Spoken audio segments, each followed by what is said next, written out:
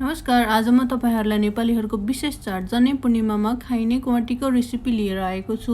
यो क्वाटी जनै पूर्णिमा मात्र नभएर अरु बेलामा पनि घरमै बनाएर खान सकिन्छ। क्वाटी प्रोटिन, फाइबर र भिटामिनका साथसाथै आइरन र क्याल्सियमले भरिपूर्ण भएका हुनाले यो स्वास्थ्यको लागि राम्रो हुन्छ।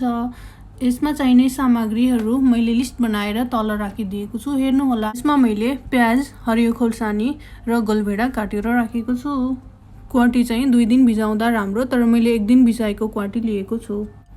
मैले चाहिँ प्रेसर कुकर लिएको छु। यसमा चाहिँ गेडागुडी राम्रोसँग गल्ने हुनाले प्रेसर कुकरमा पकाउँदा राम्रो। तेल हालेको छु, मिडियम हिटमा राख्नु होला।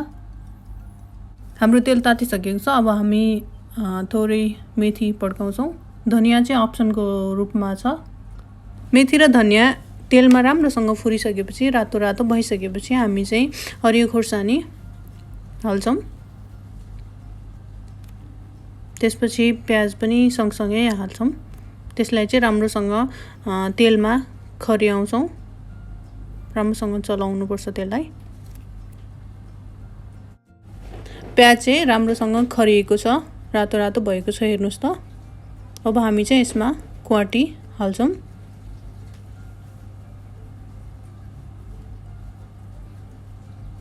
मैले चाहिँ 500 ग्राम जति क्वाटी भिजाएको थिएँ, तर त्यो सबै मलाई चाहिँदैन, त्यसैले थोरै हाल्दैछु। त्यसलाई चाहिँ अब राम्रोसँग चलाउनुस्। मिड हिटमा राख्नु होला।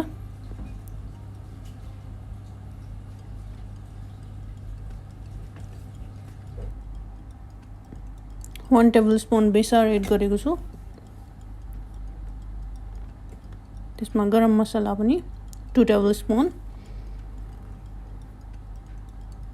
जिराको धुलो 1 टेबलस्पुन र नुन स्वाद अनुसार कति चाहिन्छ हजुरहरूले हाल्दा हुन्छ।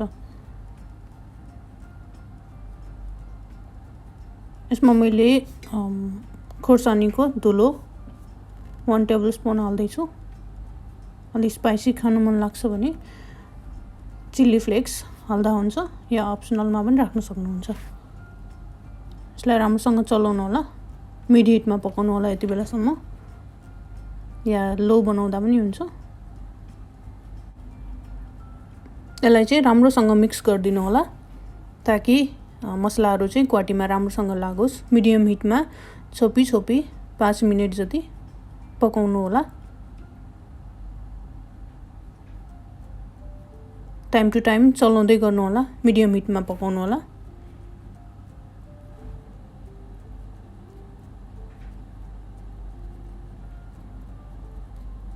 त्यसलाई चाहिँ पकाउन्जेल राम्रोसँग चलाउनु होला।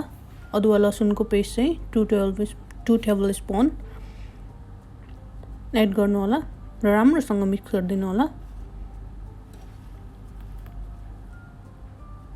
मिडियम हिटमा, हाई नगर्नु होला। मैले चाहिँ टोमेटो जुन काटेर राखेको टोमेटो छ त्यसलाई पनि एड गरिदिनु होला। राम्रोसँग मिक्स गरिदिनु।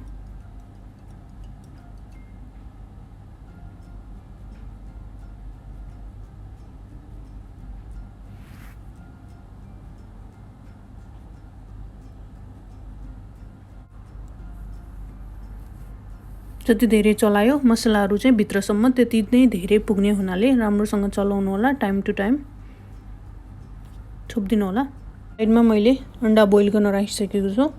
लास्टमा हामी त्यो एड गर्छौँ। मैले चाहिँ ब्ल्याक पेपर हाल्न लागिरहेको छु। यसले चाहिँ सर्दी हटाउँछ अनि मिठासता पनि बढाउँछ। राम्रोसँग चलाउनु होला। जति धेरै चलायो त्यति राम्रो। मसला चाहिँ क्वाटीमा राम्रोसँग लागिसकेको छ। अब म चाहिँ पानी एड गर्न गइरहेको छु। जति क्वाटी बनाउनुहुन्छ क्वाटीको अलमोस्ट डबल मात्रामा चाहिँ पानी हाल्नु होला। ल राम्रोसँग चलाइदिनु होला।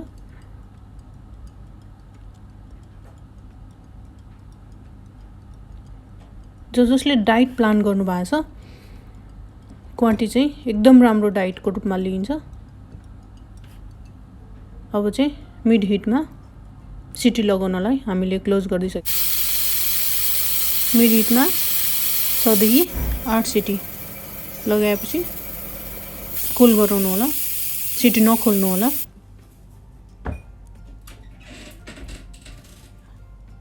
रेडी, हेर्नुहोस् त राम्रोसँग गलिसकेको छ।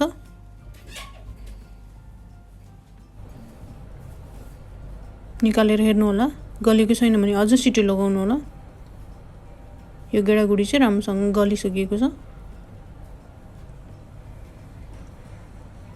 Looks yummy. अब चाहिँ साइडमा प्यानमा तेल तताउँदैछ, थोरै धनिया र खोर्सानी, सुकेको खोर्सानी, त्यसलाई चाहिँ राम्रोसँग खर्याउनु होला। हामी चाहिँ साइडमा एग हाल्दैछौँ। यो चाहिँ अप्सनलको रूपमा हो। यदि हजुरहरूलाई एग मनपर्छ भने हाल्नु होला। यदि भेज हुनुहुन्छ या एग मन पर्दैन भने it's not compulsory even. Mid हिटमा 4वटा टुक्रा बनाएर पनि अन्डा हाल्न सक्नुहुन्छ। यो अन्डाको लागि बेसार हाल्दैछु, क्वाटीको लागि त हामीले अघि नै हालिसक्यौँ। थोरै नुन पनि, धेरै नहाल्नु होला। गरम मसला या क्युमिन पाउडर,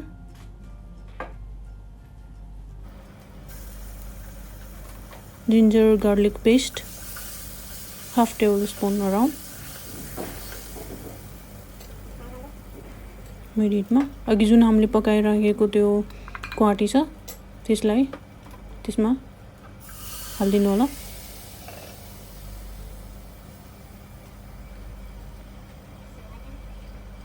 र थोरै पानी हालेर उमालिदिनु होला र नुन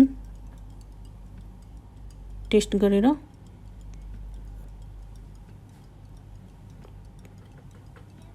दुई देखि 3 मिनेट उमालिदिनु होला। It's ready. Looks yummy.